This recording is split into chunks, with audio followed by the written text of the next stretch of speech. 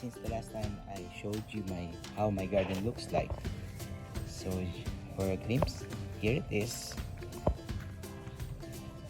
My Thai constellation, my glorious, and escalito.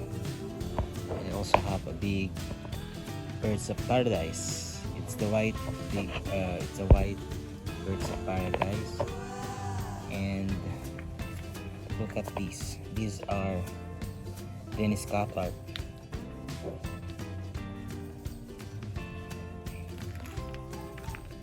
And so what would be my feature for today? So most people are now getting hooked with foliage plants.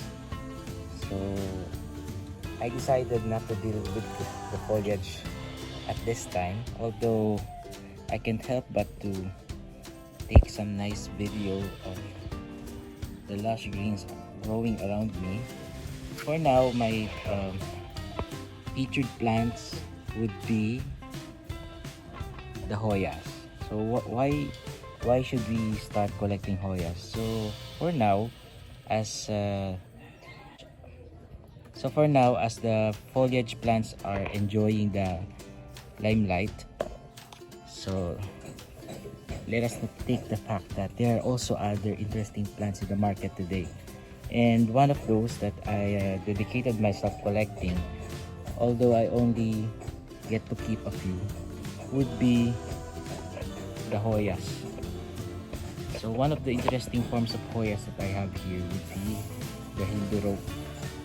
So this is the Hindu rope. So what's unique about this is, aside from having the beautiful flower, it has nice thicker leaves. So I have here some clumps of Hoya Hindu rope.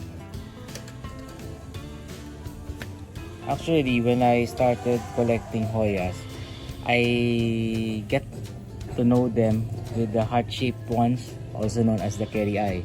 Although I decided not to deal with the Kerry Eye as much as I could because they really grow very slow. So aside from the heart-shaped, one of the most popular varieties would be the Carnosa. And this is also a Carnosa, but it has a curly leaf. So how do we propagate Hoya? So Hoya, you can grow them through cuttings. But interestingly, for a beginner like me, when I started trying my luck with Hoyas, this is my first Hoya Hindu rope. And it all started with a few inches, like almost nearly 3 to 4 inches long. And look at it, how long it is right now. So this is my first Hoya Hindu rope. Then I decided to collect some even more, and I have now here a few clumps of Hindu rope growing nicely. Actually, I have 3 of these. So they add up texture to the rather green landscape in my garden. So these, I have 3 Hoya Hindu rope. So how easy it is for you to grow Hoya? Actually, I was surprised to know that for most beginners or even seasoned Hoya collectors, one of the struggles of growing varieties would be this curly type, which is the Hindu rope. Leaves are curled. If you water it often and it doesn't dry up fast, there is a danger that you end up with rotting leaves.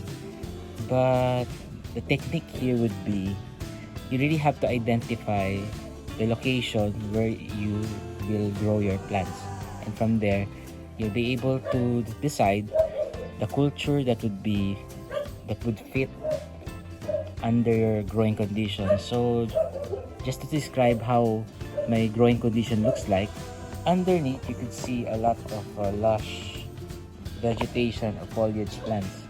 And given that there are lots of plants growing underneath, it's a fact that these plants also releases moisture through transpiration, and that heavy moisture buildup, or shall we say humidity, helps the plants above to accumulate as much humidity. And I also have a pond somewhere on the other end of the greenscape, so that too also helps in promoting humidity in the area. Well, above, I also grow air plants or tillandsias.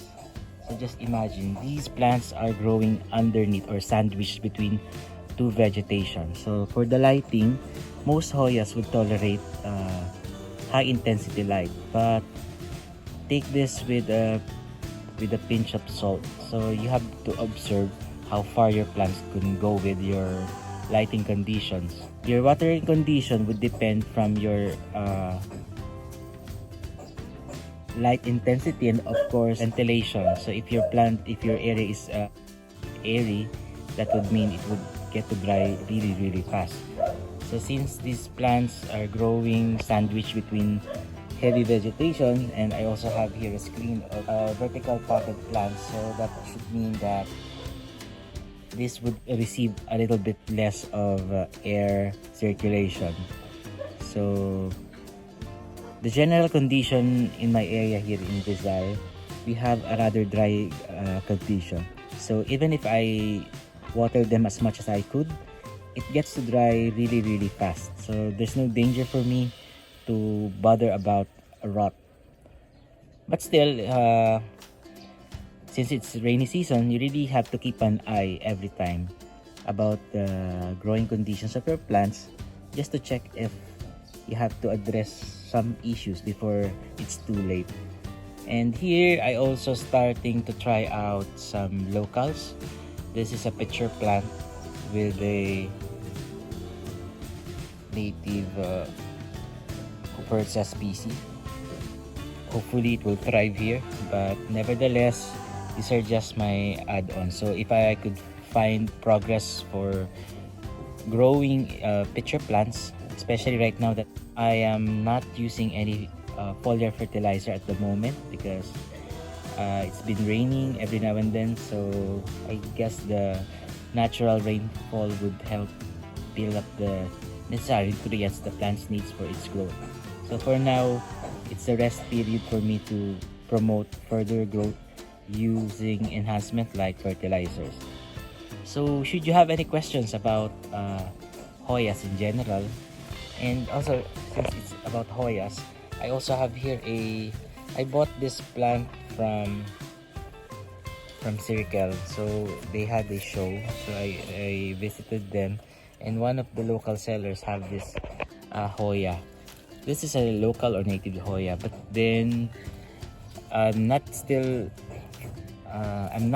or even the seller is not sure what's the variety until the time that it sends out flower for confirmation. But the nice thing is, it's been with me for more than a month, maybe, or about 2 months. I'm not quite sure with that, but hey, look,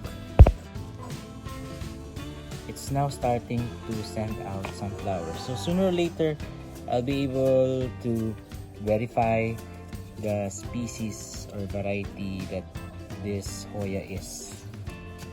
And the reason why I bought this plant, I love the texture. Although I understand that since this is, I believe they got it from the wild. Although I don't promote poaching, well, I bought this from the show, so maybe I'm not sure. Maybe this would be something like grown in a garden, but under a rather wild condition. That's why it looks really wild.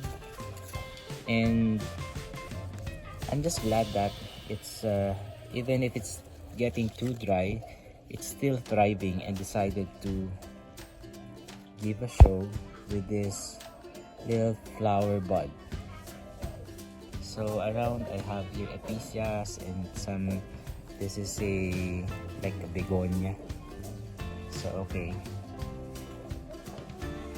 And I have here a Cortalcii, Rapidiflora Cortalcii, which sports rather bluish green leaves. So it's not the typical Epipremnum pinnatum that we all know as tibatib. Okay, so much for these guys. Although I don't have any flowering Hoyas at the moment, so mostly I collect Hoyas because of the leaves. Because the leaves alone is an interesting piece to showcase in your garden.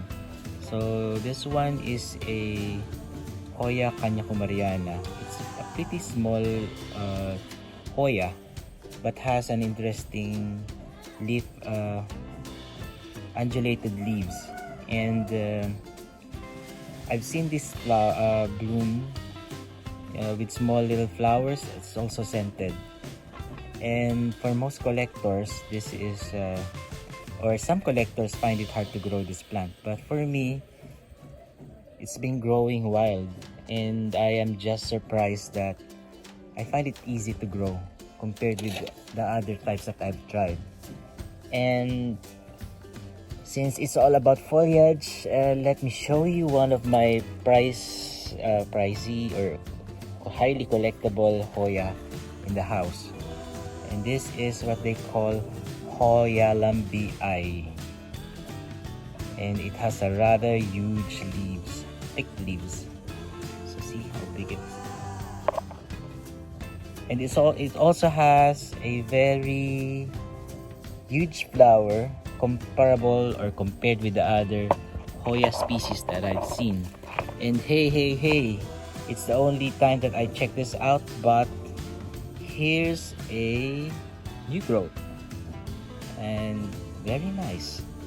It's nearly half the size of its original length, and I think it's loving its location. So this is one of the few pieces of Hoya that's under my collection. So hopefully it will grow fast. So what else could we expect from a Hoya? So there are several kinds of Hoyas that are popular in the market right now. We have the the Imperialis, Australis, and etc. But if you want to start your collection, my piece of advice is start with the less pricey ones and try to figure how well you could manage to keep it alive for longer. So in my case, I am just a very adventurous plant collector. So instead of starting with the less pricey or the more affordable, I go straight buying specimen plants that are unique and are pretty challenging to grow. There are times that I have plants in mind that I really love to have, but then having to grow it like 2 times, twice, thrice, and if it failed, then that's the time I really have to stop, because plants nowadays are not cheap. So I'd rather spend my penny to those plants that I know I could grow. For now, let's be practical.